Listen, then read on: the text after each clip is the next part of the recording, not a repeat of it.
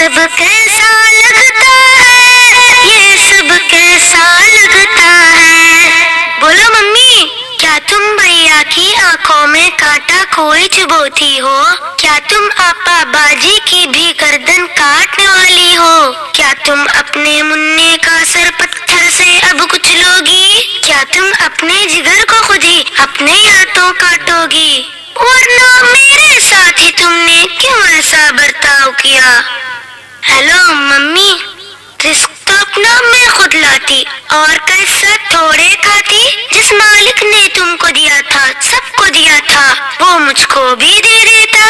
Hello hello, بولو mummy. میں دنیا میں چند دن رہتی، کون سی آفت تم پر آتی، تیری کے سینے سے لگتی، ساتھ میں بھیا کے بھی رہتی، منع کے سنگ بولتی ہنستی، آقا باجی سے بھی ملتی، تم سے لوری سنتے سنتے گودی میں ہی سو جاتی. لیکن تم نے مجھ سے میرا جینے کا حق چھین لیا، پیٹ میں اپنے تم نے مجھ کو بولو کیسے قتل کیا.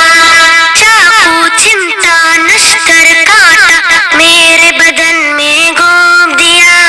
مجھ کو تم نے، ہاں مجھ کو تم نے ٹکڑے ٹکڑے کروایا، ریشہ ریشہ چھدوایا، خون میں مجھ کو نہلایا اور گٹر میں پھینکوایا. پیاری ممی، اچھی ممی، یہ تو بولو، دنیا جس کو کہتے ہیں، جس میں انسان بستے ہیں، وہاں پہ کتے بلی کو بھی کیسے کرتے دیکھا ہے. ممی،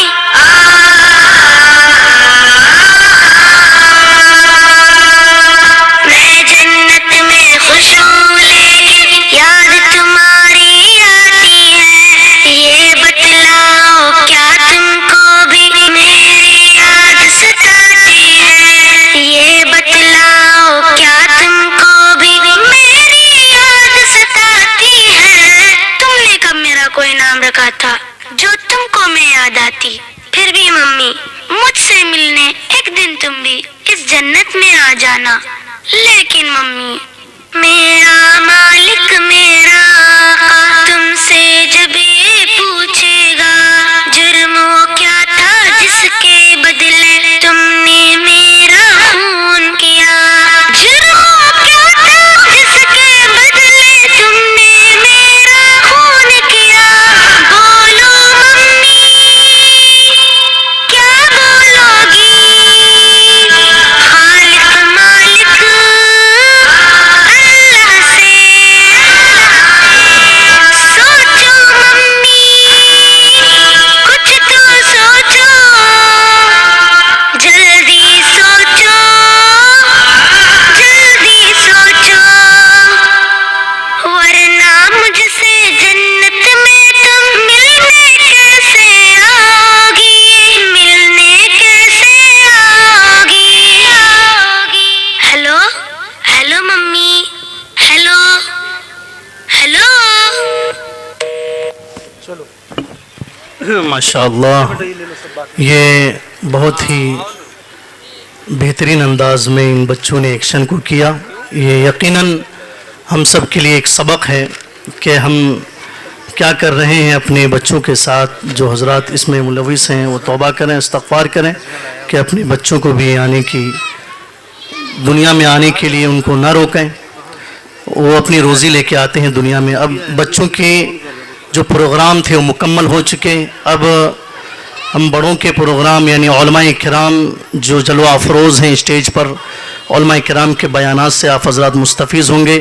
میرے دوستو، یہ جو مکاتب کا نظام پورے ہندوستان میں یا پوری دنیا میں چل رہا ہے، خصوصاً ہمارے ملک میں جو نئی جدید تعلیمی پالیسی لائی جا رہی ہے، اس میں بہت ہی مسلمانوں کے بچوں کے تئیں، مسلمانوں کی نئی نسل کے حق میں انتہائی نقصان کا باعث ہے، مہلک دین و ایمان ہے کیونکہ اس کی جو بنیاد ہے سراسر عقیدت توحید کے خلاف ہے اور تعلیمات اسلامی کے بالکل برعکس ہے۔ اب اس کا واحد علاج یہ ہے کہ ہم مکاتب دینیہ کا قیام کریں، مکاتب دینیہ کو منظم انداز میں چلائیں، تو وہ بچے جو جہاں پر اسکول کالج میں ان کو وہ تعلیم نہیں ملے گی، وہ بچے یہاں پر انشاءاللہ مکاتب دینیہ میں صحیح تعلیم حاصل کریں گے۔ میں قابل مبارک بات پیش کر رہا ہوں مفتی عبد الرحمن صاحب کو کہ اس طرح مکتب چلا رہے ہیں جہاں پر وہ اپنے ان بچوں کے دین و ایمان کی حفاظت کر رہے ہیں۔ اب آئیے تقریری پروگرام پیش کریں گے، اس کے لیے میں آپ حضرات کے ہر دل عزیز مقرر صاحب علم و فضل اور آپ کے علاقے کے بہترین مقرر جناب مفتی سلیم صاحب جو آج کے اس پروگرام کے صدر بھی ہیں، حضرت سے میں بہت ہی مؤدبانہ انداز میں گزارش کر رہا ہوں کہ وہ آئیں اور ہم سامعین کو مستفیض کریں۔ کچھ ایسی بے خودی ہے تیرے انتظار میں، تصویر بن چکا ہوں تیرے انتظار میں، آہٹ پہ کان در پہ نظر دل میں اشتیاق، آنکھوں کے اشک سوکھ گئے تیرے انتظار میں۔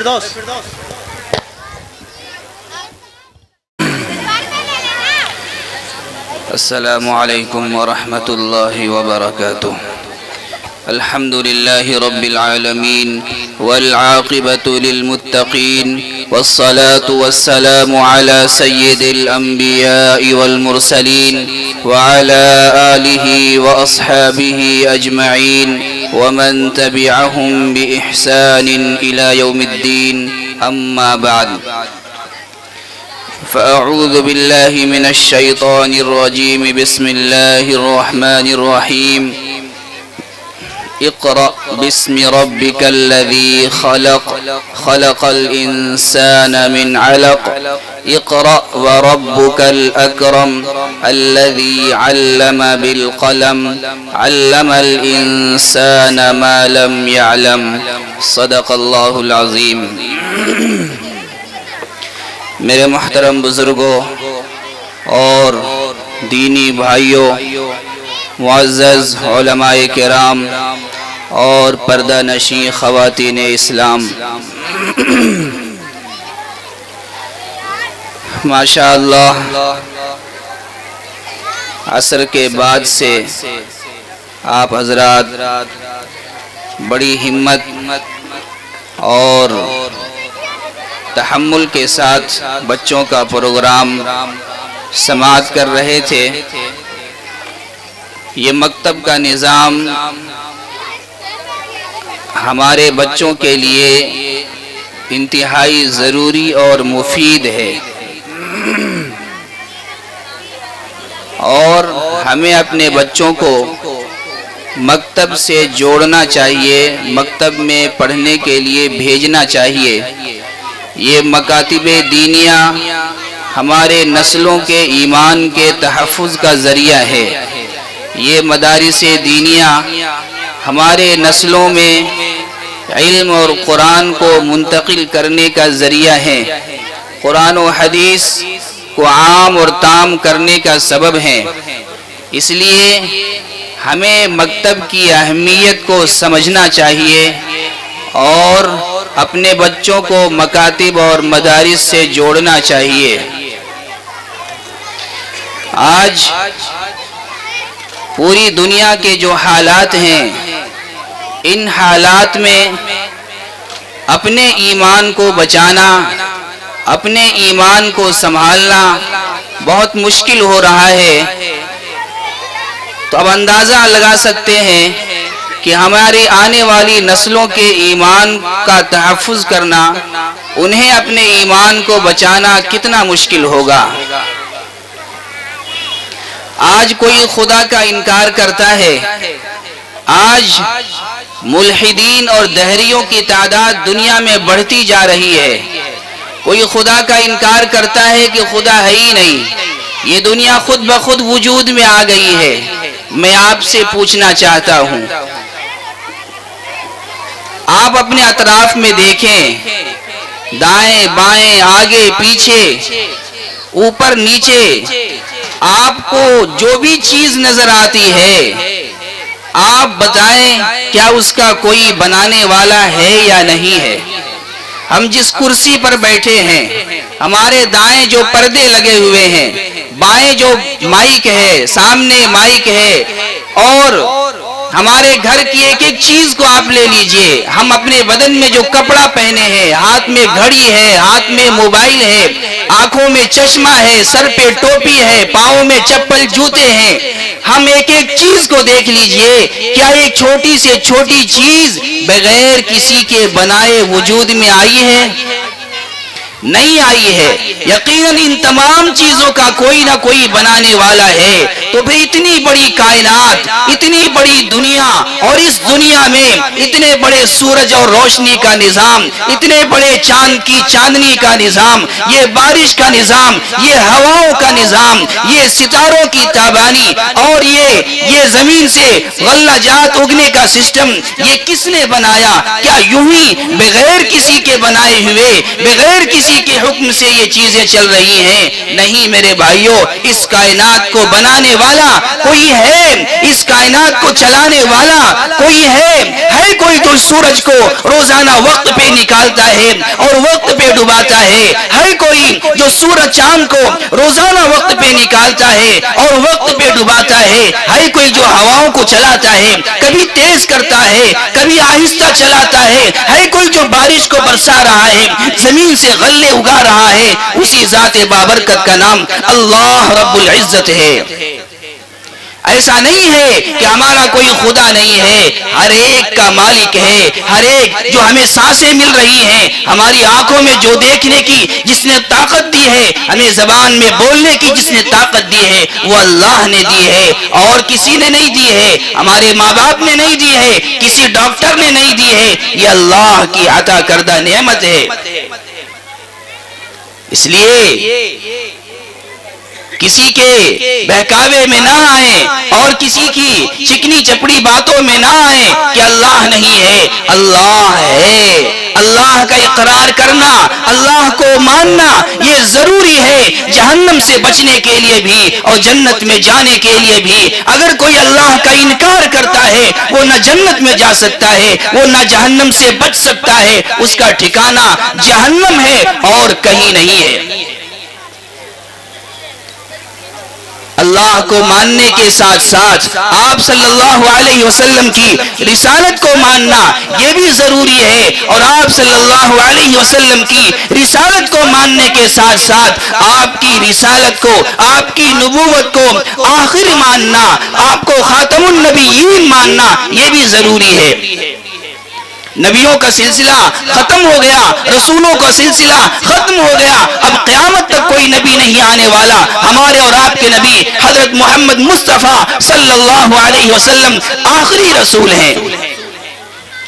یہ بھی ماننا ہمارے لیے ضروری ہے، یہ بھی ہمارے ایمان کا حصہ ہے۔ آج کوئی چاہے شکیل بن حنیف ہو یا کسی اور نام سے پیدا ہو جائے اور کہے میں نبی ہوں، میں عیسیٰ ہوں، میں مہدی ہوں، یاد رکھنا اپنے ایمان کی حفاظت کرنا ہے اور آپ صلی اللہ علیہ وسلم کو آخری نبی ماننا ہے۔ ہمارے نبی کے بعد اب کوئی نبی نہیں آنے والا ہے، کوئی نیا نبی پیدا نہیں ہوگا قیامت تک۔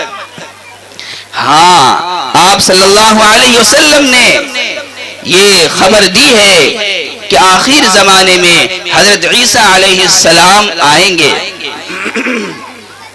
یہ عیسیٰ علیہ السلام کون ہوں گے؟ یہ عیسیٰ علیہ السلام یہ آپ صلی اللہ علیہ وسلم سے پہلے کے نبی ہیں، حضرت مریم کے بیٹے ہیں، بنی اسرائیل کے نبی ہیں۔ اللہ تبارک و تعالی نے حضرت عیسیٰ علیہ السلام کو زندہ آسمان پر اٹھا لیا۔ جس طرح عیسیٰ علیہ السلام کی پیدائش معجزہ ہے کہ اللہ نے عیسیٰ علیہ السلام کو بغیر باپ کے پیدا کیا، اللہ نے ان کے ساتھ یہ معجزہ بھی دکھایا دنیا والوں کو کہ ابھی ان کا انتقال نہیں ہوا، چاہے یہودی کہیں یا عیسائی کہیں کہ ان کو سولی دے دی گئی اور ان کا انتقال ہو گیا، وہ کہیں دفن کر دیے گئے، نہیں، قرآن اس کا انکار کرتا ہے۔ وما قتلوہم وما صلبوہم ولکن شبہ لہم، کہ عیسیٰ علیہ السلام کو نہ قتل کیا گیا، نہ سولی دی گئی، وہ لوگ شبہے میں ڈال دیے گئے۔ عیسیٰ علیہ السلام کو اللہ نے آسمان پر زندہ اٹھایا ہے، اور یہ ان کا ایک معجزہ، اللہ کا کرشمہ یہ ہوگا کہ جب آخر زمانے میں دجال کا ظہور ہوگا اور دجال کا فتنہ اپنے عروج پر ہوگا، اس وقت دجال کو ختم کرنے کے لیے اللہ آسمان سے عیسیٰ علیہ السلام کو 2 فرشتوں کے سہارے سے زمین پر اتاریں گے۔ وہ بھی کہاں اتاریں گے؟ ملک شام میں مشرقی مینارے پر اتاریں گے، ہندوستان کی کسی گلی کوچے پہ نہیں اتاریں گے۔ وہ عیسیٰ علیہ السلام وہی نبی ہوں گے جو حضرت مریم کے بیٹے ہیں۔ یہ کسی ہندوستان میں کسی ماں کے پیٹ سے پیدا ہونے والے نہیں ہیں، یہ کسی باپ کی اولاد نہیں ہے، یہ وہ عیسیٰ علیہ السلام ہیں۔ لہذا اب ہوش میں رہیے، ادھر ادھر کی باتوں میں نہ آئیے، اپنے علماء سے جڑے رہیے۔ کوئی بھی نئی بات آتی ہے، کوئی نیا مسئلہ آتا ہے، اپنے علماء سے پوچھیے، اپنے علماء سے معلوم کریے۔ تو اللہ کو جس طرح ماننا، اللہ کے وجود کو ماننا ضروری ہے، اسی طرح آپ صلی اللہ علیہ وسلم کو اللہ کا رسول ماننا اور آخری رسول ماننا یہ بھی ضروری ہے۔ عیسیٰ علیہ السلام کے ساتھ ساتھ حضرت مہدی کا بھی ظہور ہوگا آخر زمانے میں، لیکن یہ دونوں ہستیاں الگ ہیں۔ حضرت مہدی الگ ہستی ہے، حضرت عیسیٰ علیہ السلام یہ الگ ہستی ہیں۔ عیسیٰ علیہ السلام سے پہلے حضرت مہدی کا ظہور ہوگا۔ حضرت مہدی کا ظہور مکے میں ہوگا، مدینے میں ہوگا، وہاں وہ مسلمانوں کو اپنے ہاتھ پر بیعت کریں گے اور عالم جہاد بلند کریں گے۔ آج کوئی کہتا ہے، ایک آدمی کہتا میں مہدی بھی ہوں، میں عیسیٰ بھی ہوں۔ یاد رکھیے آپ صلی اللہ علیہ وسلم کی پیشین گوئی یہاں بھی سچی ثابت ہوتی ہے۔ آپ نے یہ بھی فرمایا تھا کہ عیسیٰ علیہ السلام سے پہلے، حضرت مہدی سے پہلے بہت سارے جھوٹے مہدی بھی ظاہر ہوں گے، بہت سارے کذاب جو اپنے آپ کو عیسیٰ کہیں گے، یہ وہی کذاب ہیں، ان سے ہوشیار رہنا ہے۔ اپنے ایمان کو، اپنے عقیدے کو خراب نہیں ہونے دینا ہے، اپنے علماء سے جڑ کر کے اپنے ایمان اور اپنے عقیدے کو بچانا ہے، سنبھالنا ہے، اپنے آپ کو بھی علماء سے جوڑنا ہے، مدارس سے، مکاتب سے جوڑنا ہے، اپنے بچوں کو بھی مدارس اور مکاتب سے جوڑ کر کے انہی کے حوالے سے دین اسلام کی روشنی سے روشناس کرانا ہے۔ یہ علماء ہمیں بتائیں گے کہ سیدھا راستہ کیا ہے، حق بات کیا ہے۔ علماء انبیاء کے وارث ہیں اور کسی زمین و جائیداد کے وارث نہیں بنے ہیں۔ یہ علماء نبی کے، یہ نبی کے علم کے وارث ہیں، یہ نبی کی فکر کے وارث ہیں، یہ نبی کے نظریے کے وارث ہیں، یہ نبی کے علوم کے وارث ہیں۔ یہاں سے ملے گا آپ کو نبی کا طریقہ، یا آپ کو نبی کا صحیح سنت، نبی کی صحیح سنت علماء سے آپ کو ملے گی۔ نبی کا علم، قرآن کا علم، حدیث کا علم، یہاں سے آپ کو صحیح رہنمائی ہوگی۔ یہ علماء جو فتویٰ دیتے ہیں، یہ قرآن کو سامنے رکھ کے، قرآن کی ایک ایک مسئلے کی تمام آیتوں کو سامنے رکھ کے، ایک مسئلے کی تمام حدیثوں کو سامنے رکھ کے، پھر وہاں سے آپ صلی اللہ علیہ وسلم کی ارشادات کی روشنی میں، صحابہ کرام کے طرز عمل کی روشنی میں اور شریعت کے منشا کی روشنی میں جو سب سے راجح اور مدلل بات ہوتی ہے، وہ علماء فتویٰ کے ذریعے آپ کے سامنے پیش کرتے ہیں۔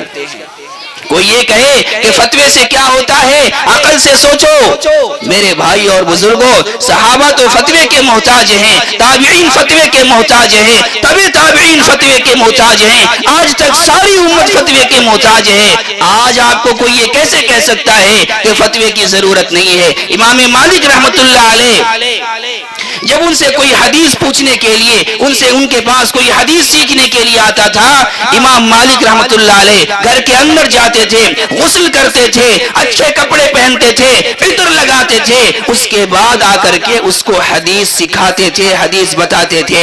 لیکن جب کوئی فتویٰ پوچھنے کے لیے آتا تھا، مسئلہ پوچھنے کے لیے آتا تھا، امام مالک رحمت اللہ علیہ وہیں کھڑے کھڑے اس کو مسئلہ بتا دیا کرتے تھے۔ گھر پہ جاتے نہیں تھے واپس اور تیاری کر کے نہیں آتے تھے، وہی کھڑے کھڑے بتا دیتے تھے کیا وجہ تھی؟ وجہ یہ تھی کہ اگر میں گھر پہ چلا گیا ہو سکتا ہے یہ واپس چلا جائے اور یہ مسئلے کے بغیر واپس چلا جائے گا، مسئلہ جانے بغیر واپس چلا جائے گا، فتویٰ جانے بغیر واپس چلا جائے گا، اس لیے فوراً اس کو مسئلہ بتاؤ۔ یہ فتوے کی اہمیت ہے، یہ مسئلے کی اہمیت ہے میرے بھائی اور بزرگوں، یہ علماء آپ کو بتائیں گے، یہ علماء ربانیین جو قرآن و حدیث جو اپنے سینوں میں سجائے اور بسائے ہوئے ہیں، یہ آپ کو بتائیں گے کہ حق بات کیا ہے۔ اس لیے علماء سے میرے بھائی اور بزرگوں، علماء دیوبند کی وہ شان ہے میں کیا بتاؤں، وقت نہیں ہے۔ ابھی حضرت مفتی ندیم احمد صاحب قاسمی دامت برکاتہم کی بات بھی آپ کو سننی ہے۔ میں آپ کو یہ بتاؤں کہ علماء دیوبند اپنے اسلاف کے ساتھ اتنی پکی نسبت حاصل ہے علماء دیوبند کو، اس کی مثال کہیں ملنی مشکل ہے۔ کتنی مثالیں دی جا سکتی ہیں اپنے اسلاف کے ساتھ، کتنی سچی اور پکی نسبت حاصل ہے علماء دیوبند کو۔ امام مالک رحمت اللہ علیہ مدینے کے استاد ہیں، مسجد نبوی میں بیٹھ کر کے حدیث کا درس دے رہے ہیں۔ علماء دیوبند کا ایک روحانی فرزند حضرت مولانا حسین احمد مدنی کو یہ شرف حاصل ہے کہ وہ مدینے میں بیٹھ کر کے 18 سال حدیث کا درس دے رہے ہیں۔ امام بخاری رحمت اللہ علیہ کا جب انتقال ہوتا ہے تو ان کی قبر سے خوشبو آتی ہے۔ علماء دیوبند کے روحانی فرزند ہیں حضرت مولانا احمد علی لاہوری رحمت اللہ علیہ، ان کا جب انتقال ہوتا ہے ان کی قبر سے بھی خوشبویں آتی ہیں، اور ایک نہیں کئی مثالیں آپ کو علماء دیوبند کے مزاروں سے، ان کی قبر سے خوشبو آنے کی مثالیں مل سکتی ہیں۔ اسلاف میں ایک نام آتا ہے حضرت امام احمد ابن حنبل رحمت اللہ علیہ کا۔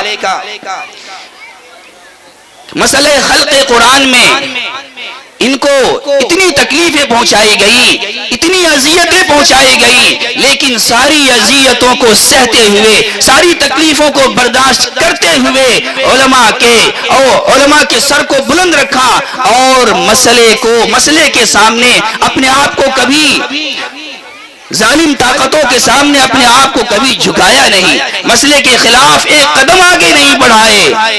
وقت کا بادشاہ آپ کے خلاف کھڑا ہو گیا اور آپ کو ظلم و ستم سے دوچار کرتا رہا، لیکن آپ نے کبھی حق بیانی سے اور کبھی حق گوئی سے آپ نے ایک قدم بھی پیچھے نہیں ہٹایا۔ انہی کا جانشین علماء دیوبند کا ایک فرزند حضرت شیخ الہند حضرت مولانا محمود حسن دیوبندی رحمت اللہ علیہ مالٹا کی جیل میں قید ہوتے ہیں۔ اسی جیل میں حضرت شیخ الہند رحمت اللہ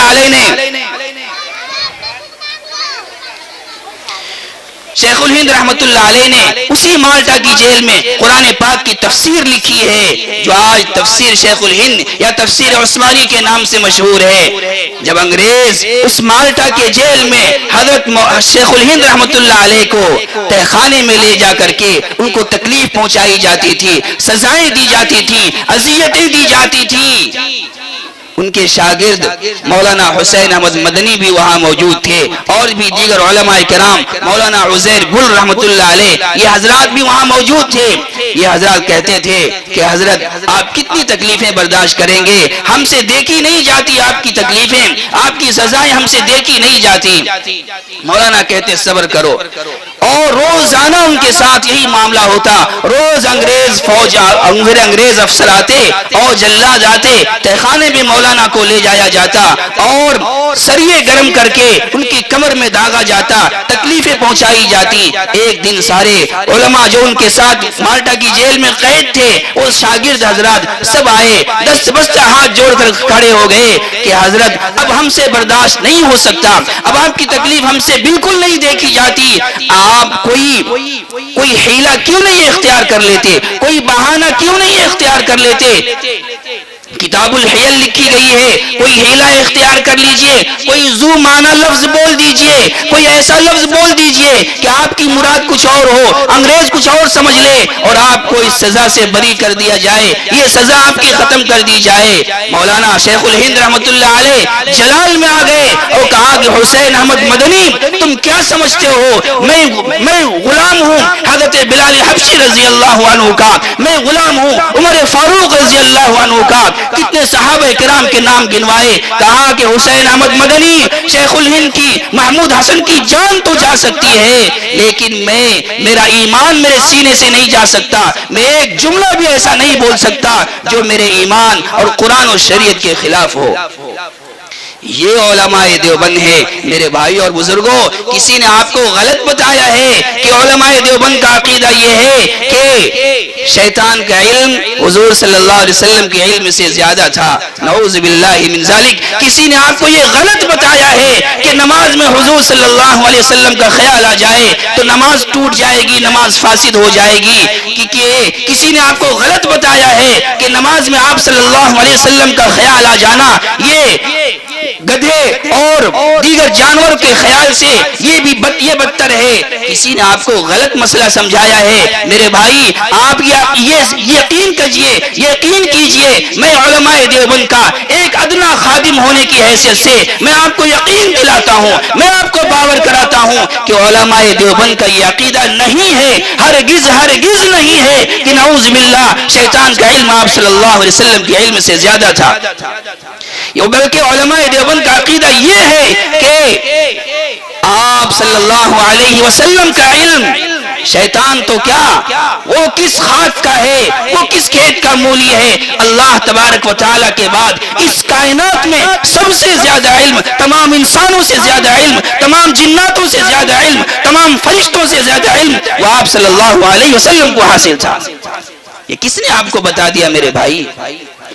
یہ کس نے آپ کو کہہ دیا کہ نماز میں آپ کا خیال آ جائے تو نماز فاسد ہو جائے گی؟ نماز میں ہم درود و سلام پڑھتے ہیں، تحیات میں درود پڑھتے ہیں آپ کی ذات پر، یہ کیسے ہو سکتا ہے کہ آپ کا خیال نہ آئے؟ کسی نے آپ کو غلط مسئلہ بتایا ہے، کسی نے آپ کو غلط سمجھایا ہے۔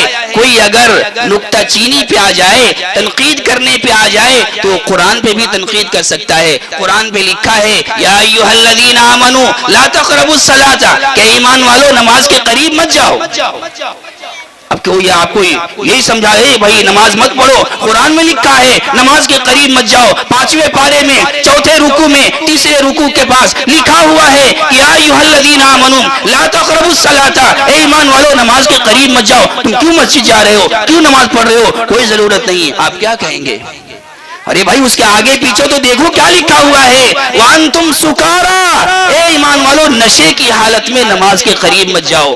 اس کا بڑا پس منظر ہے، وقت نہیں ہے۔ تو میرے بھائی کوئی آپ کو غلط بات سمجھانا چاہے تو چھوٹا سا جملہ لے کر کے آپ کو پٹی پڑھا سکتا ہے، کوئی غلط رہنمائی آپ کی کر سکتا ہے۔ علماء دیوبند جیسا عقیدہ، آپ صلی اللہ علیہ وسلم سے محبت کا، اللہ تبارک و تعالیٰ کی ذات پر سچے اور پکے ایمان کا میں دعوے کے ساتھ کہتا ہوں اس کائنات کی اس پوری سرزمین میں کہیں آپ کو نہیں مل سکتا۔ یہ آئیے میں آپ کو اتحاد کے لیے بلاتا ہوں، میں آپ کو دعوت دیتا ہوں، آپ ہماری باتوں سے آپ ہماری باتیں ہم سے سمجھیے۔ ہمارے علماء نے جو لکھا ہے وہ ہم سے آ کر کے پوچھئے نا کیا لکھا ہے، اس کا کیا مطلب ہے، ہم آپ کو سمجھائیں گے، ہم آپ کو دعوت دیتے ہیں۔ آئیے مل جل کر ایک امت ہو کر، ہمارا رب بھی اللہ ہے، آپ کا رب بھی اللہ ہے، ہمارا قرآن بھی ایک ہے، وہی آپ کا قرآن بھی ہے، جو ہمارا نبی ہے وہی آپ کا بھی نبی ہے، جو ہمارا کلمہ ہے وہی آپ کا کبھی کلمہ ہے۔ کیوں نہیں اس پر ہم جمع ہو جاتے ہیں؟ کیوں نہیں کلمے پر ہم جمع ہو سکتے؟ کیوں نہیں ہم قرآن پر جمع ہو سکتے؟ آئیے ہم قرآن پر جمع ہو جائیں، ہم ایک نبی امت ہو، ایک نبی کی امت ہونے کے ناطے ہم جمع ہو جائیں، ایک ساتھ بیٹھیں، ایک ساتھ ہم ملے جلے، ایک ساتھ رہیں اور دنیا کو بتا دیں کہ ہم پوری دنیا کے مسلمان ایک ہیں، ہم بٹے ہوئے نبی نہیں ہیں، ہم بٹے ہوئے نہیں ہیں۔ جب بھی ضرورت پڑے گی ہمارے ملک کو، ہمارے دین کو، ہمارے اسلام کو، ہم سارے مسلمان ایک ہو کر کے، سر بکف ہو کر کے، ہم ایک ساتھ کھڑے ہو کر کے ہر باطل کا مقابلہ کرنے کے لیے تیار ہیں۔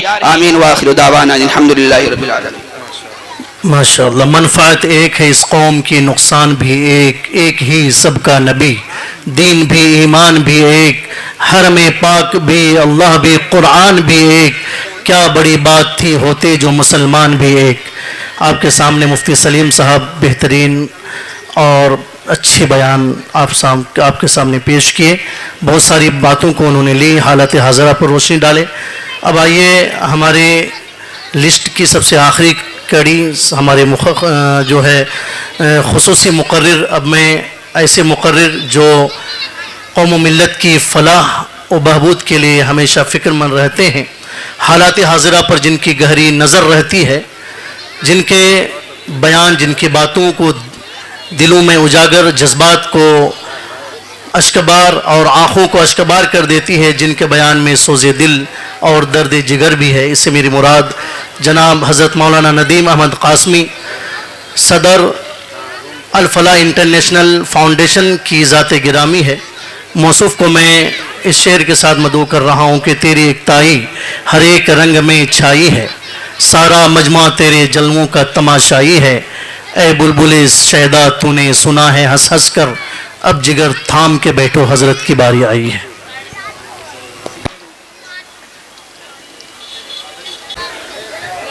السلام علیکم ورحمۃ اللہ وبرکاتہ. یہ حضرات جو یہاں کھڑے ہوئے ہیں, اگر یہاں کرسیوں پر آ کر بیٹھ جائیں تو آپ کی بڑی مہربانی ہوگی. آپ کے پاؤں بھی نہیں تھکیں گے اور دین کی بات کو عظمت سے سننے کا ثواب بھی انشاءاللہ ملے گا. پیچھے بھی جو حضرات کھڑے ہیں وہ یہاں آ جائیں, بہت زیادہ وقت نہیں لیا جائے گا انشاءاللہ.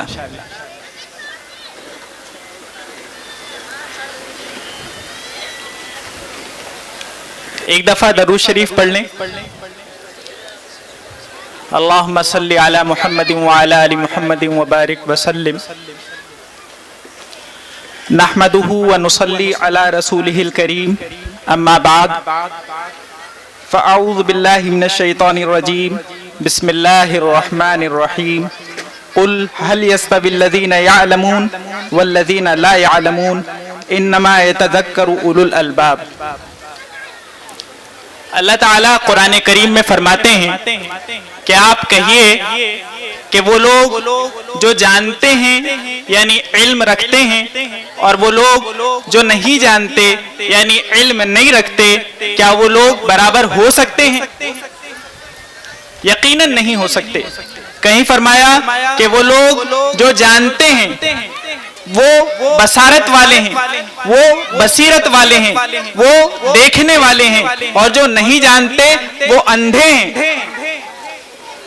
اللہ تعالیٰ نے قرآن کریم میں اور حضرت نبی کریم صلی اللہ علیہ وسلم نے احادیث شریفہ میں بے شمار مقامات پر علم کی تعریف بیان کی, اس کی فضیلت بیان کی, علم کے حاملین یعنی جنہیں علماء کہتے ہیں ان کی تعریف بیان کی, ان کی فضیلت بیان کی.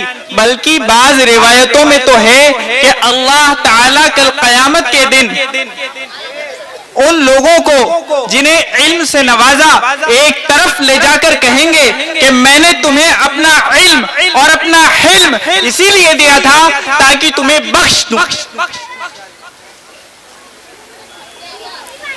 ایک روایت بہت مشہور ہے, خیرکم من تعلم القرآن وعلمہ, کہ تم میں سب سے بہترین وہ شخص ہے کہ جو قرآن کریم سیکھے اور سکھائے. قرآن کریم کیا چیز ہے؟ اللہ کا کلام ہے. ابھی مفتی صاحب نے اس کے مخلوق ہونے والا مسئلہ جو چھیڑا, میں تو سوچتا رہ گیا کہ اس مجمع میں کون کون اس کو سمجھ سکتا ہے. اور آخر میں جب کسی کا نمبر آتا ہے تو وہ یا تو بہت فائدے میں رہتا ہے یا بہت گھاٹے میں رہتا ہے. دیگ میں سے بریانی نکل رہی ہو یا تو بہت بوٹیاں مل جائیں گی, ورنہ کھرچن ہی کھرچن بچتی ہے. تو آخر میں جس مقرر کا بیان ہوتا ہے وہ کبھی بہت فائدے میں بھی رہتا ہے اور کبھی نقصان میں بھی رہتا ہے. اب وہ فیصلہ آپ کیجئے کہ میں فائدے میں رہا یا نقصان میں رہا. اور اس لیے مجھے تقریر نہیں کرنی, چند باتیں آپ کے سامنے پیش کرنی ہے اس مکتب کے تعلق سے یا مکاتب کے نظام کے تعلق سے. وہ یہ ہے کہ جو آیت میں نے آپ کے سامنے پیش کی, جو روایت میں نے آپ کے سامنے پیش کی, خیرکم من تعلم القرآن وعلمہ, جتنے انسان ہیں, جتنے پروفیشنز ہیں اور جتنے لوگ کام کر رہے ہیں ان میں سب سے بہتر کیا ہے کیا ہے؟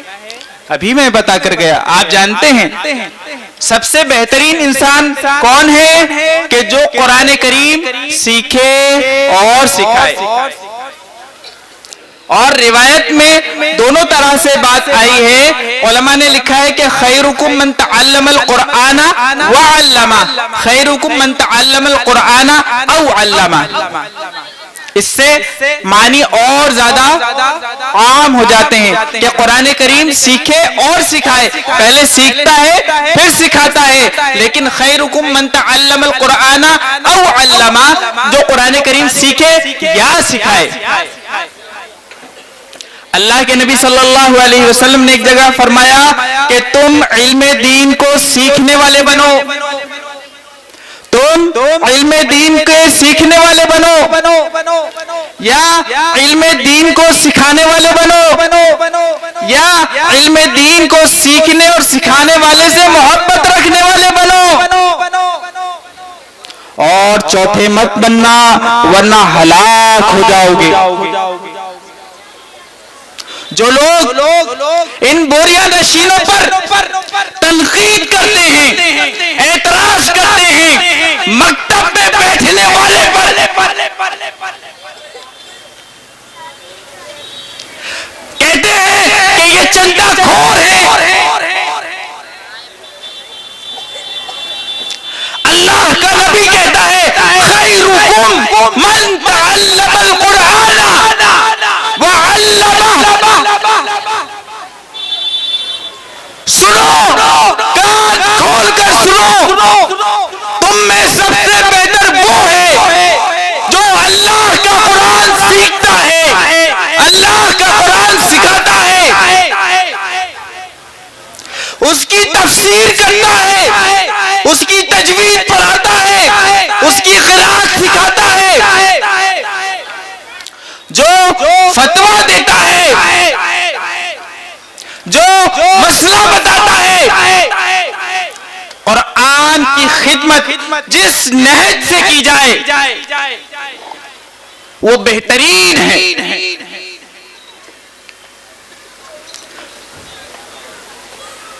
لوگ کچھ وقت دین کی خدمت میں لگ کر اپنے آپ کو نبیوں کا جانشین سمجھتے ہیں. یہ وہ ہیں جنہوں نے اپنا بچپن، اپنا لڑکپن، اپنی جوانی، اپنا بڑھاپا اللہ کے دین کے لیے لگا رکھا ہے.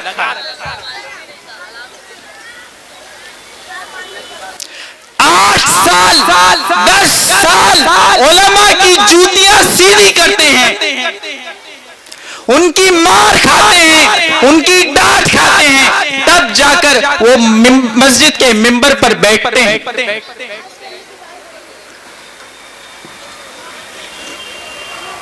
اور یہی دین کا وہ علم ہے جس کی برکت سے انسان اپنے باپ کو باپ سمجھتا ہے، اپنی ماں کو ماں سمجھتا ہے.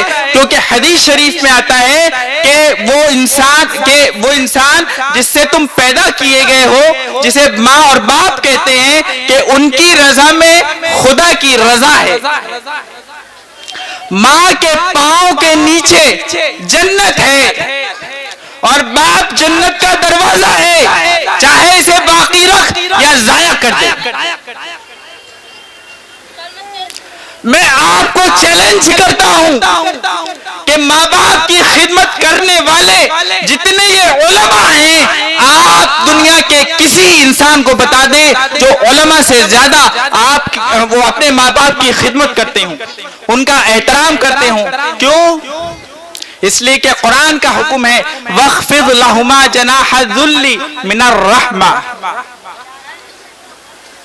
وَقَضَى رَبُّكَ أَلَّا تَعْبُدُوا إِلَّا إِيَّاهُ وَبِالْوَالِدَيْنِ إِحْسَانًا إِمَّا يَبْلُغَنَّ عِندَكَ الْكِبَرَ أَحَدُهُمَا أَوْ كِلَاهُمَا فَلَا تَنْهَرْهُمَا وَقُلْ لَهُمَا قَوْلًا كَرِيمًا.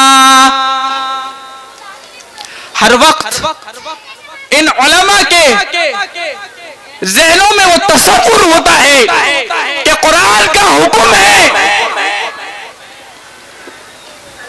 اللہ کی عبادت کرو اور اپنے ماں باپ کا احسان مانو، ان کا احترام کرو، ان کے سامنے اف بھی مت کہنا۔ علامہ آلوسی رحمت اللہ علیہ روح المعانی میں اس آیت کے ذیل میں لکھتے ہیں وَلَا تَقُلْ لَهُمَا اُف، وَلَا تَقُلْ لَهُمَا اُف، کہ یہ جو قرآن نے کہا اف، یہ آخری درجے کا کلمہ ہے۔ اگر اس سے نیچے کوئی درجہ ہوتا تو اللہ تعالیٰ وہ ذکر کرتے۔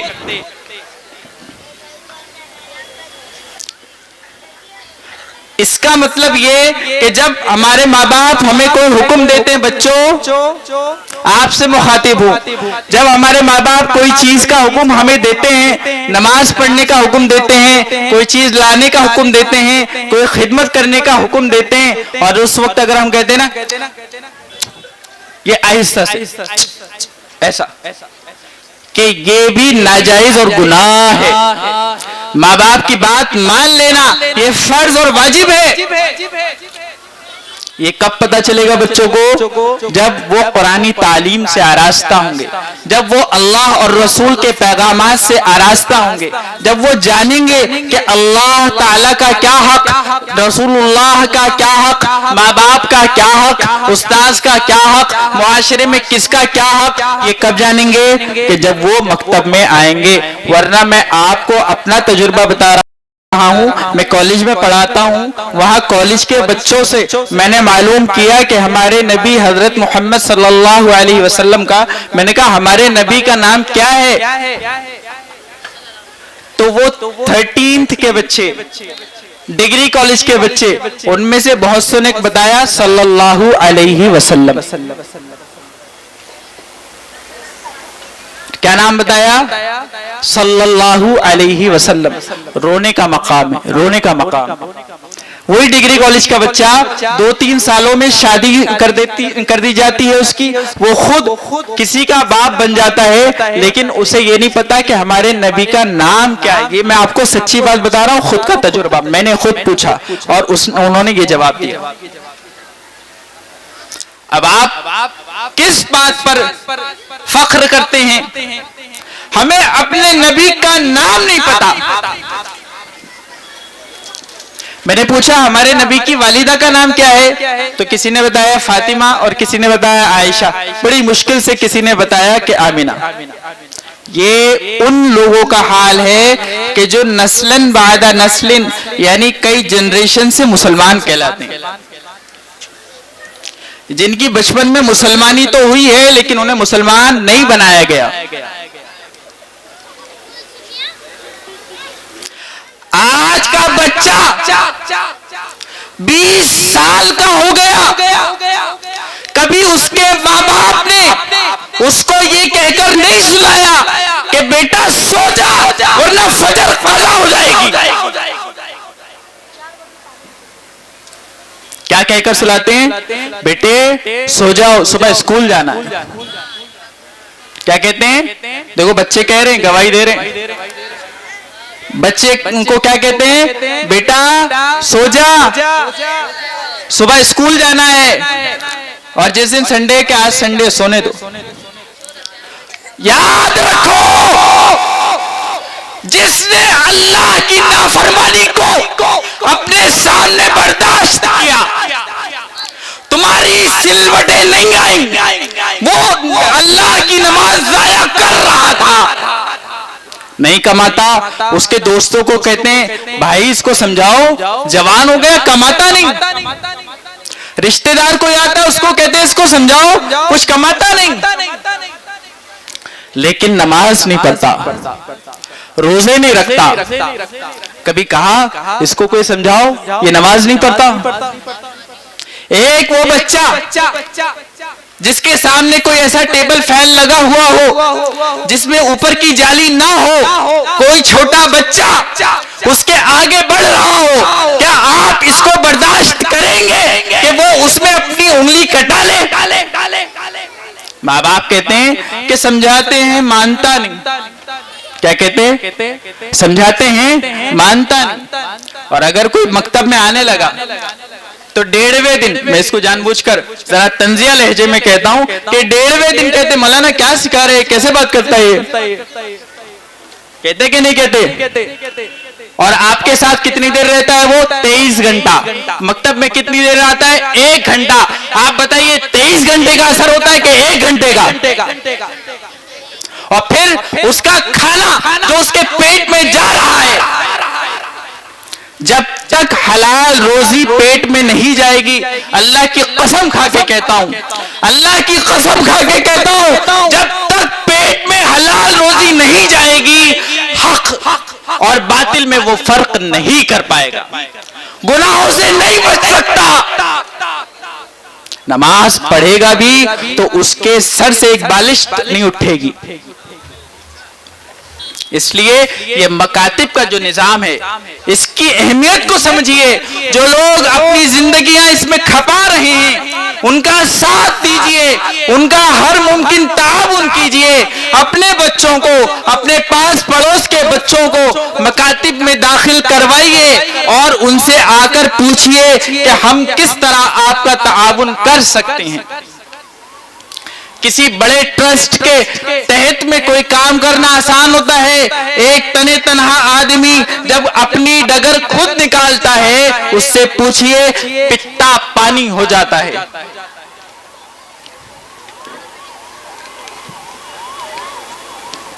10 سال, 15 سال بعض علماء ایسے ہیں جو امت کے غم میں گھل رہے ہیں, ان کا کوئی معاون و مددگار نہیں. کس لیے؟ آپ کی قوم کی حفاظت کے لیے, آپ کے قوم کے بچوں کے دین کی حفاظت کے لیے. تقریریں کرنا آسان ہے کہ لوگ مرتد ہو رہے ہیں, لڑکیاں اپنے گھروں سے بھاگ رہی ہیں, ان کا انتظام کرنا مشکل ہے. تقریروں سے کسی کا ایمان نہیں بچتا. اس لیے میں نے پہلے ہی کہا میں تقریر نہیں کر رہا, کچھ دل کا درد بیان کر رہا ہوں. یہ جو بچے اور یہ جو بچیاں جو جوان ہو گئے, ان کو ابھی تک یہی نہیں پتا کہ ہمارے نبی کا نام کیا ہے, اور کہتے ہیں کہ نبی کے لیے خون کا آخری قطرہ تک بہا دیں گے. پہلے یہ تو پتا کر لیتے کس نبی کے لیے.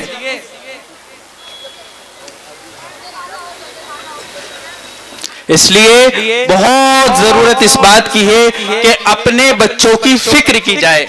جو چھوٹے بچے ہیں, یاد رکھو, جو لوگ یہ سمجھتے ہیں کہ بڑا ہو جائے گا تو حسن بصری ہو جائے گا, بڑا ہو جائے گا تو حسین رضی اللہ عنہ ہو جائے گا, تو ایسا کبھی ہوا نہیں کرتا. تربیت بچپن سے ہوتی ہے.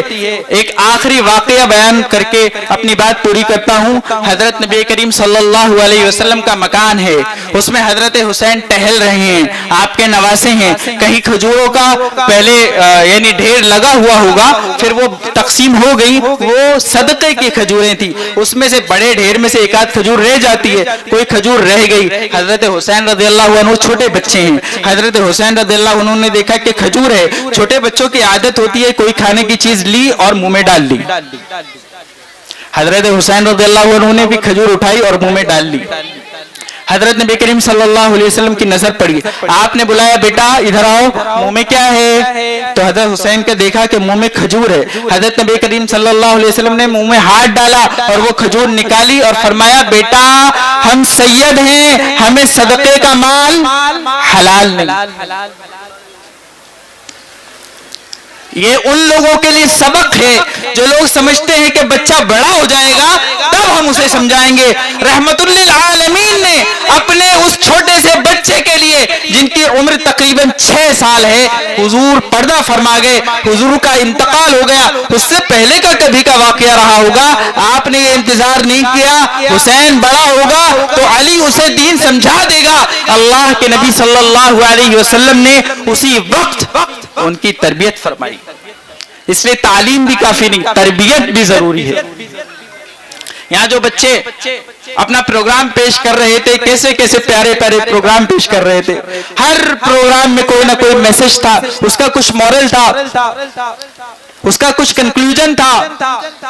اس کے ذریعے سے ان کے عقائد پختہ کیے جا رہے تھے، ان کی معلومات میں اضافہ کیا جا رہا تھا. وہ اپنی تتلاتی زبان سے کوئی قرآن کی آیت پڑھ رہا تھا، کوئی گڑبڑ پڑھ رہا تھا. سوچنے والا سوچتا ہوگا ان کا استاد کیسا ہے، اس نے غلط پڑھ دیا. ایک بچہ یہاں سے پڑھ کر وہاں گیا تو اس کا ساتھی کہتا ہے بیٹا بھائی تو نے کتنا غلط پڑھا، تو وہ کہتا ہے میرا بدن کانپ رہا تھا. یہ وہ مقام ہے جس ملا کو، جس مولوی کو پیچھے بیٹھ کر لوگ تانا دیتے ہیں، وہ دیکھ لے تمہارا اپنا لخت جگر دو جملے آ کر یہاں نہیں کہہ سکتا. یہ وہ لوگ ہیں جو ساری زندگی کھپا کر آپ تک اپنا دین پہنچا رہے ہیں. قدر کیجئے ان کی.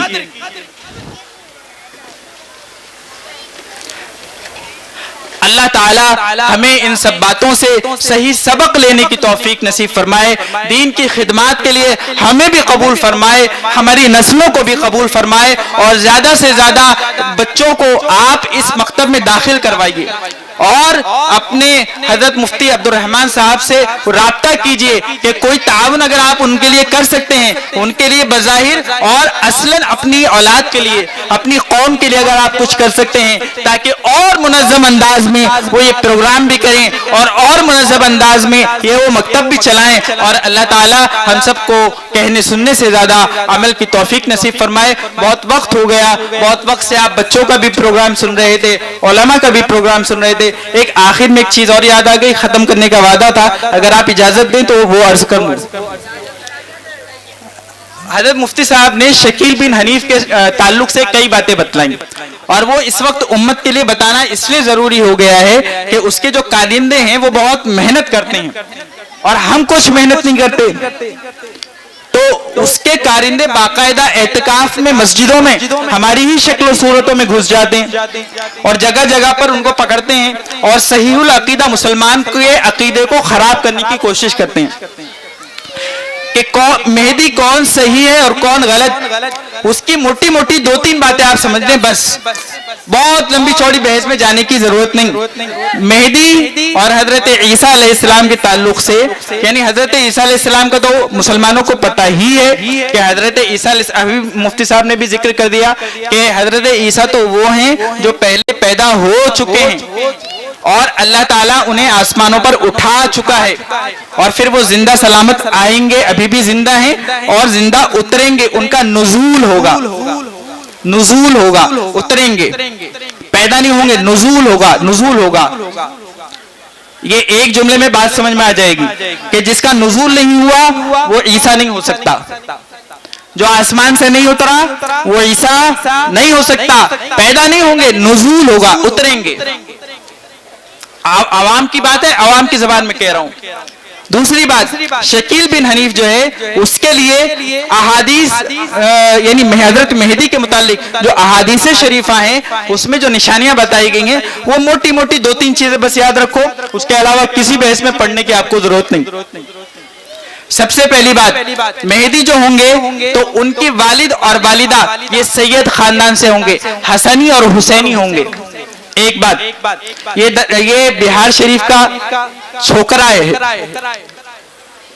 سمجھے. پہلی بات، حضرت مہدی جو ہوں گے وہ حسنی اور حسینی ہوں گے. دوسری بات، ان کے جو والد کا نام ہے ان کے والد کا نام بھی عبداللہ ہوگا اور ان کی والدہ کا نام بھی آمینہ ہوگا. اور تیسری آخری اور سب سے بڑی بات کہ وہ آدمی مہدی نہیں ہو سکتا جو اپنے آپ کو مہدی ہونے کا دعویٰ کرے گا. یہاں علماء کرام موجود ہیں، جو آدمی خود کے مہدی ہونے کا دعویٰ کرے گا وہ مہدی نہیں ہوگا.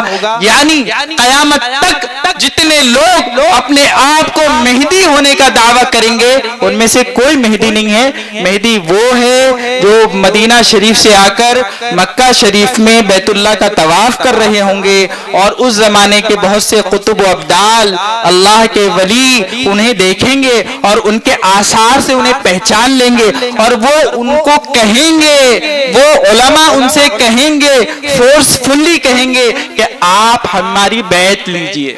اور یہ جتنے اورنگ آباد میں رہنے والے یا دنیا جہان میں رہنے والے خود بیعت کے لیے آگے بڑھ کر کہہ رہے ہیں، یہ اس بات کی سب سے بڑی دلیل ہے کہ یہ کذاب ہے، جھوٹا ہے. وآخر دعوانا ان الحمدللہ رب العالمین.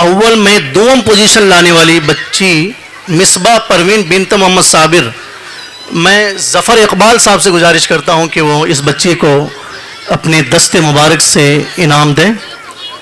دینیات اول سوم پوزیشن میں محمد اسرائیل بن محمد ابراہیم شیخ نے کامیابی حاصل کی ہے۔ اس بچے کو مولانا قیام الدین صاحب سے میں مؤدبانہ گزارش کرتا ہوں کہ اس بچے کو انعام سے نوازیں۔ دینیات اول سوم پوزیشن میں محمد اسرائیل بن محمد ابراہیم شیخ، یہ بچہ موجود نہیں ہے، بعد میں انشاءاللہ دے دیا جائے گا۔ باقی انعامات سبھی جتنے بچے ہیں اس ادارے میں پڑھنے والے، ہر بچے کے لیے انعامات کا انتظام کیا گیا ہے۔ ان سب بچوں کو کل انشاءاللہ ان سب بچوں کو انعام سے نوازے جائیں گے۔ باقی آپ تمام حضرات کا پھر سے میں دل کی گہرائی سے شکریہ گزار ہیں، شکریہ ادا کرتے ہیں کہ آپ حضرات اپنی مصروفیات کو ترک کر کے یہاں آئے۔ اللہ تعالیٰ آپ کو بہت بہت جزا دے۔ اب دعا ہوگی اور دعا کے بعد آپ سے بات کریں۔ اچھا دعا ہو جائے پھر ہمارے مفتی عبدالرحمن صاحب درود شریف پڑھ لیں۔ اللهم صل على محمد وعلى آل محمد كما صليت على إبراهيم وعلى آل إبراهيم إنك حميد مجيد. اللهم بارك على محمد وعلى آل محمد كما باركت على إبراهيم وعلى آل إبراهيم إنك حميد مجيد. ربنا آتنا في الدنيا حسنة وفي الآخرة حسنة وقنا عذاب النار. ربنا لا تؤاخذنا إن نسينا أو أخطأنا. اے اللہ ہم سب تیرے گنہگار بندے ہیں، اے اللہ تیرے خطا کار بندے ہیں، اے اللہ تیرے سیاہ کار بندے ہیں، اے اللہ کچھ بھی ہیں تیرے بندے ہیں، اے اللہ ہم سب کے گناہوں کو معاف فرما دے، ہم سب کے گناہوں کو معاف فرما دے، ہم سب کے گناہوں کو معاف فرما دے، ہمارے ماں باپ کے گناہوں کو معاف فرما دے، ہمارے بھائی بہنوں کے گناہوں کو معاف فرما دے، ہمارے اساتذہ اور مشائخ کے گناہوں کو معاف فرما دے، ہمارے تلامذہ کے گناہوں کو معاف فرما دے، ہم سے محبت رکھنے والوں کے گناہوں کو معاف فرما دے، اے اللہ ہم سب کے تمام گناہوں کو معاف فرما دے، اے اللہ معاف کرنے کا ارادہ نہ ہو تو بھی معاف فرما دے، اے اللہ معاف نہ کرنے کا فیصلہ ہو چکا ہو تو بھی معاف فرما دے، آپ نے معاف نہ فرمایا تو کس در جائیں گے، اے اللہ ہم سب کے چھوٹے بڑے گناہوں کو معاف فرما دے، یاد اور بھولے ہوئے گناہوں کو معاف فرما دے، ظاہر و باطن میں کیے گئے گناہوں کو معاف فرما دے، ان گناہوں کو بھی معاف فرما دے جن سے ہم نے لذتیں حاصل کی، اور ان گناہوں کو بھی معاف فرما دے جس سے پریشانی میں مبتلا ہو گئے، اے اللہ ہم سب کی تمام جائز مرادیں پوری فرما دے، اے اللہ اس بھرے مجمع میں اے اللہ کس کے دل میں کیا تمنا ہے، کیا دعا لے کر بیٹھا ہے، اے اللہ کون کس لائن سے پریشان ہے تو خوب جانتا ہے، اے اللہ سب کی جائز مرادیں پوری فرما دے، بے نکاحوں کے جلد از جلد نکاح کروا دے، اے بے اولادوں کو صالح اولاد نصیب فرما دے، اے اللہ جو قرض میں مبتلا ہے ان کے قرض کی ادائیگی کی شکل صورتیں پیدا فرما دے، اے اللہ جو بے گھر ہیں انہیں اپنے خزانے غیب سے گھر کے انتظامات فرما دے، اے اللہ سب کی تمام جائز مرادیں پوری فرما دے، اے اللہ لوگوں کے حسد سے، بدخواہی سے، دشمنی سے ہم سب کی حفاظت فرما، اے اللہ تیرے نام لیوا جہاں کہیں پریشان ہیں اے اللہ سب کی مشکلیں آسان فرما دے، تمام پریشانیاں دور فرما دے، اے اللہ ہمارے ملک میں اور بیرون ملک بھی جہاں کہیں تیرے نام لیوا پریشان ہیں، ستائے جا رہے ہیں، اے اللہ سب کی بھرپور مدد فرما، اے اللہ سب کی بھرپور مدد فرما، اے اللہ سب کی بھرپور مدد فرما، اے اللہ تیرے حبیب کی سنتوں کو سیکھ کر ان پر عمل کرنے کی توفیق نصیب فرما، جب تک زندہ رکھ ایمان و اسلام پر زندہ رکھ، اور جب موت آئے ایمان و اسلام والی موت نصیب فرمانا، اے اللہ نام اعمال سیدھے ہاتھ میں نصیب فرما دینا، اے اللہ قبر کی اذیتوں سے، پریشانیوں سے، عذاب سے اے اللہ ہم سب کی حفاظت فرمانا، اے اللہ ہماری قبر کو جنت کا اے اللہ باغیچہ بنا دینا، اے اللہ منکر نکیر کے سوالوں کے جواب دینا آسان فرما دینا، اے اللہ حشر میں اے اللہ عرش کا سایہ نصیب فرما دینا، اے اللہ مقام محمود پر تیرے حبیب کی شفاعت نصیب فرما دینا، اے اللہ تیرے حبیب کی شفاعت نصیب فرما دینا، اے اللہ حرمین شریفین کی حفاظت فرما، بیت المقدس کی حفاظت فرما، اے اللہ خانقاہوں کی، مساجد کی، مراکز کی حفاظت فرما، جہاں کہیں تیرے دین کا کام ہو رہا ہے اے اللہ کام کے کرنے والوں کی کام کی حفاظت حفاظت فرما، اے اللہ بدخواہوں کی بدخواہی سے حفاظت فرما، اے اللہ یہ جو مکتب کا سلسلہ چل رہا ہے اے اللہ جگہ جگہ اس طرح کے سلسلے جاری کرنے کی توفیق نصیب فرما، اس سلسلے کو بھی خوب عام فرما، اے اللہ قبول فرما لے، اے اللہ کام کرنے والوں کی مکمل حفاظت فرما، ان کا بھرپور تعاون کرنے والے لوگ پیدا فرما دے، اے اللہ جو بچے یہاں تعلیم حاصل کر رہے ہیں اے اللہ انہیں بھی اپنے دین کا داعی بنا، اے اللہ ہم سب کو دین پر عمل کرنے والا بنا، اے اللہ موت تک اپنے دین کی خدمت کے لیے قبول فرما لے، اے اللہ موت تک اپنے دین کی خدمت کے لیے قبول فرما لے، اے اللہ موت تک اپنی دین کی خدمت کے لیے قبول فرما لے۔ سبحان ربک رب العزت عما یصفون وسلام علی المرسلین والحمد للہ رب العالمین۔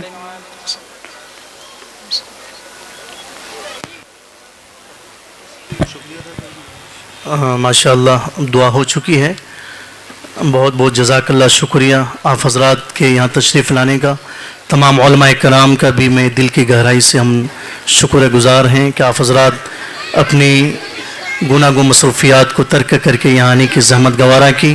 آپ تمام سامعین، خواتین حضرات اور سب کا ہم شکر گزار ہیں۔ اللہ تعالیٰ آپ تمام حضرات کی اس تشریف آوری کو قبول عطا فرمائے۔ یہ مائک والے بھائی کا بھی شکر گزار ہیں کہ آپ نے مائک بہترین چلایا۔ یہ کیمرہ والے یہ صاحب کا بھی شکر گزار ہیں۔ اللہ تعالیٰ ہمارے اس پروگرام کو قبول عطا فرمائے۔ سبحان اللہ۔